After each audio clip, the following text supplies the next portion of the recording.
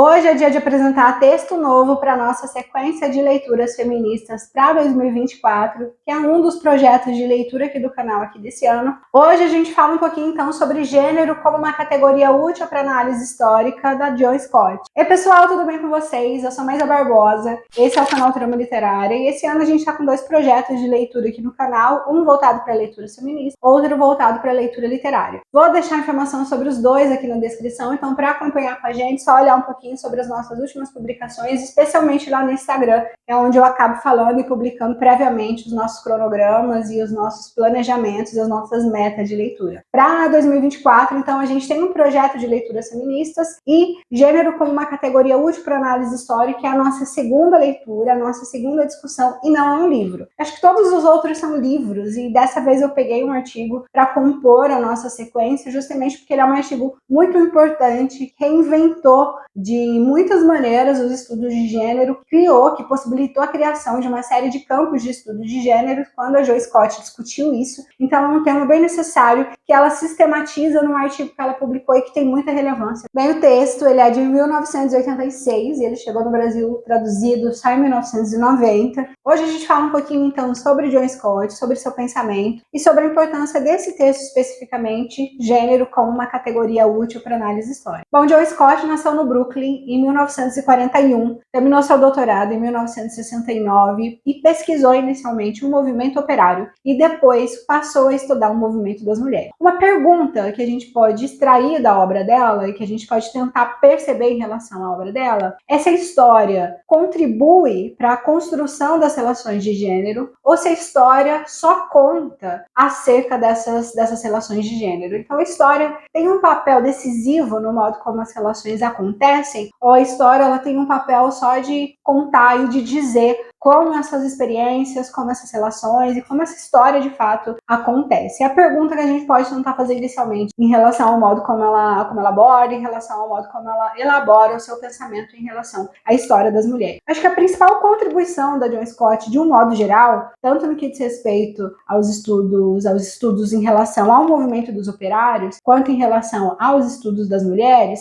em contestar como são feitas as práticas historiográficas em relação a esses grupos minorizados. Então, de que maneira que a história conta sobre os trabalhadores, sobre os operários? De que maneira que a história conta sobre as mulheres? Então, contestar o modo como a história conta em relação a esses grupos minorizados, sem dúvida, é a principal contribuição da Jo Scott. A gente pode fazer um paralelo com outras obras para a gente tentar entender o que ela está falando. Quando a gente lê Virginia Woolf em Um Teto Todo Seu, ela vai criticar o fato de que os livros de anatomia escritos sobre as mulheres no início do século XX são escritos por homens. Os estudos em relação à psicologia das mulheres que se tem até aquele momento são livros escritos por homens. Então a gente pode entender, né, a partir da perspectiva da Virginia Woolf em Um Teto Todo Seu, uma grande maioria da história das mulheres, da vida das mulheres, do corpo das mulheres, do prazer das mulheres, ele é escrito a partir de uma perspectiva completamente masculina. Há poucos livros escritos por mulheres, por uma série de razões óbvias no início do século XX, e a Virginia Woolf critica isso. Depois a gente vai ter a Svetlana, que vai falar sobre a história das guerras, e ela vai falar que as mulheres não aparecem na história das guerras, ou as mulheres aparecem muito pouco, e sempre também a partir de uma perspectiva masculina. E a Svetlana vai levar a gente a interrogar, em A Guerra Não Tem Rosto de Mulher, a Svetlana vai levar a gente a tentar se questionar também. Então quer dizer que nas guerras não tinham mulheres? Quer dizer que mulheres não lutavam? Quer dizer que o papel das mulheres nas guerras era ficar em casa, cuidando das casas, cuidando das crianças, cuidando dos negócios? Era esse o papel das mulheres nas guerras? E quando ela vai resgatando essa história, ela vai mostrando que não, que as mulheres estavam participando ativamente, que em muitos exércitos as mulheres ocupavam as linhas de frente e ocupavam posições decisivas. Então ela vai contar e resgatar toda uma história pra gente, para mostrar que o papel das mulheres em períodos de guerras, eles não são necessariamente somente um papel de passividade ou mesmo um papel de ausência, como a gente pode vir a perceber. Se a gente lê uma sequência de livros de guerras e só vê homens, se a gente assiste uma série de filmes de guerra e só vê homens,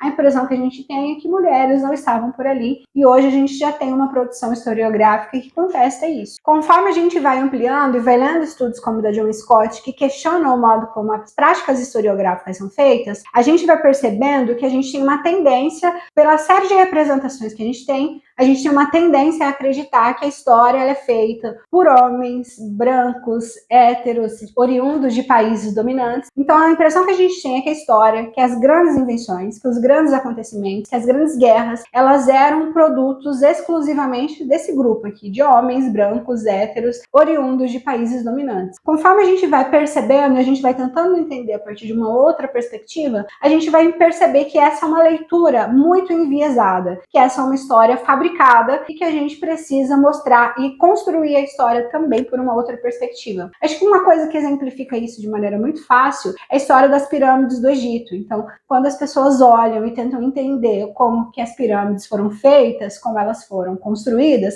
é muito mais fácil acreditar em teorias mirabolantes, coisa de extraterrestre, por exemplo. Tem várias teorias aí que envolvem extraterrestre. Então é muito mais fácil acreditar numa teoria mirabolante, que não faz sentido nenhum, do que acreditar que que as pirâmides são produtos, são fabricadas por homens negros que disponibilizavam de uma engenharia muito avançada para a época. Então é muito mais fácil. Outros eventos, outros momentos históricos também vão acontecer da mesma maneira. É muito mais fácil acreditar que aquilo foi fruto e que aquilo foi produzido por uma coisa muito aleatória do que acreditar que pessoas que não são partes do grupo dominante tiveram capacidade de elaborar uma matemática, de elaborar uma engenharia, de elaborar uma filosofia que permitisse o desenvolvimento de alguma coisa muito grandiosa. Quando a gente fala da história das mulheres, a gente também vai perceber nessa mesma questão. Aqui no Brasil, a gente tem um evento particular que mostra de alguma forma isso pra gente. Quando a gente pensa, por exemplo, sobre o voto feminino aqui no Brasil. Foi um direito conquistado com muitas lutas, haviam muitos movimentos e muitos movimentos diferentes naquela época para a conquista do direito ao voto feminino aqui no Brasil. Mas para muita gente que olha hoje para aquela época, fica muito mais fácil acreditar que aquilo foi um golpe do Getúlio Vargas para poder conseguir mais votos para si, foi o movimento do Getúlio Vargas para conseguir se privilegiar, porque aí com o voto das mulheres ele ia conseguir se eleger mais facilmente. É muito mais fácil acreditar nisso do que acreditar que a gente já tinha naquela época movimentos organizados e articulados de diferentes frentes para conquistar diversos direitos, entre eles o direito do voto. Então isso é uma tentativa deliberada de tirar grupos que não são os grupos majoritários, que não são os grupos dominantes, dessa capacidade, dessa possibilidade de ter feito grandes coisas ao longo da história, de ter construído grandes coisas e de ter conquistado coisas a partir dos seus movimentos, a partir das suas reivindicações. Um dos outros perigos que esse movimento acaba implicando é o fato de que naturaliza que a história seja contada dessa maneira. Então, quando a gente olha para a história, a gente percebe ela só sendo contada por homens, é natural que a história só tenha sido feita por homens. Então, a gente naturaliza isso. Se a gente naturaliza o passado,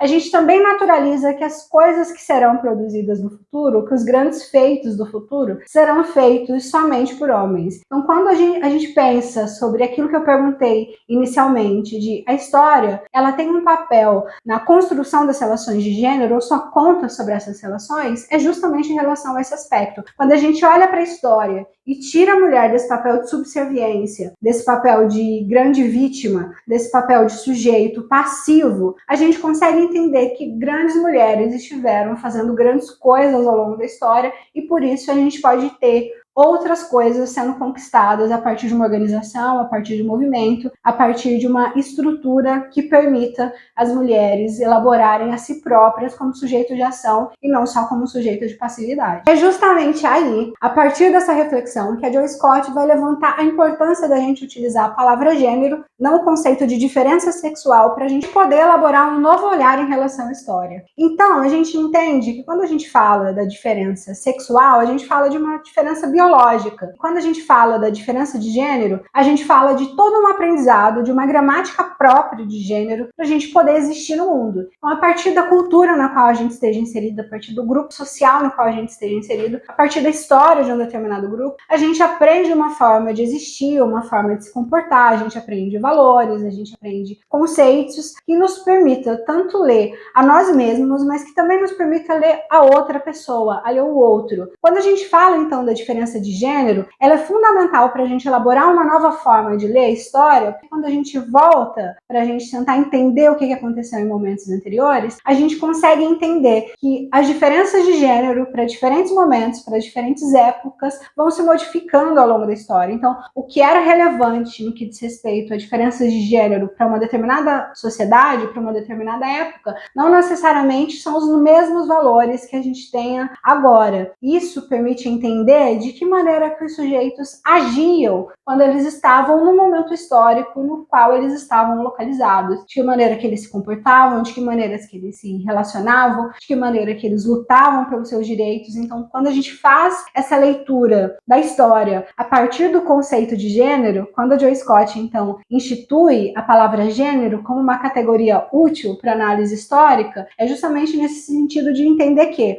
hoje, o modo como homens e mulheres se comportam, tanto em relação a si próprio quanto em relação aos outros, é a partir do nosso aprendizado de agora. E o modo como homens e mulheres se comportavam anteriormente em relação aos mesmos fatores dizia respeito àquele fruto, àquele produto daquele momento histórico em específico. Isso é fundamental quando a gente vai fazer uma leitura de uma época que já não é a nossa, que a gente vai para essa leitura imbricado dos nossos valores, imbricado das nossas crenças. É então importante que a gente tente se desvincular, ainda que um pouco, a gente poder ler esses momentos com maior clareza, com mais explicidade. Um outro ponto que ela vai levantar também em relação a essas leituras que ela vai propondo é no sentido de mostrar o seguinte: quando isso começou a ser feito, quando se começou a pensar em relação à importância das mulheres para a história, era sempre no sentido de dividir a história dos homens e a história das mulheres. Então, a história que sempre foi contada pelos homens, que é a história das grandes produções, dos grandes feitos, das grandes revoluções, das grandes guerras, era sempre essa história masculina. E quando se começou a contar a história das mulheres, era sempre a parte. Então, era uma filosofia das mulheres, era o pensamento das mulheres, era a geografia que foi elaborada pelas mulheres, era a engenharia que foi elaborada pelas mulheres. E a Joy Scott vai mostrar o seguinte: homens e mulheres não estavam separadamente produzindo a história. Homens e mulheres fizeram a história em conjunto.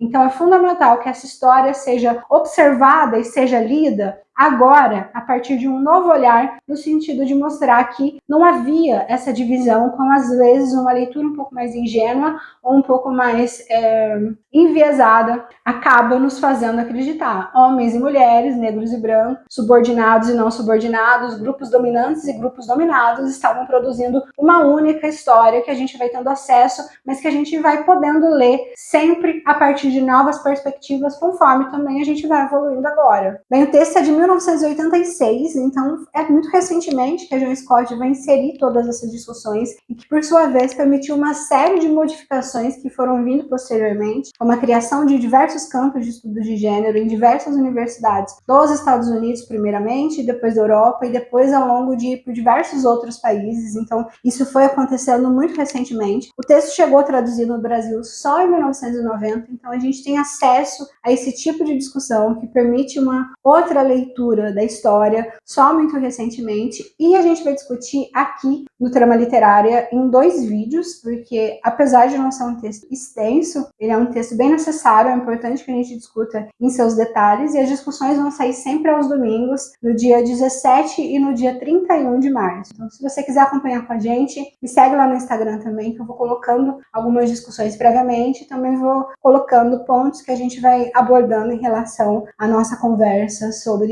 o texto e sobre os outros textos que virão. É isso, espero vocês para as nossas conversas e até mais!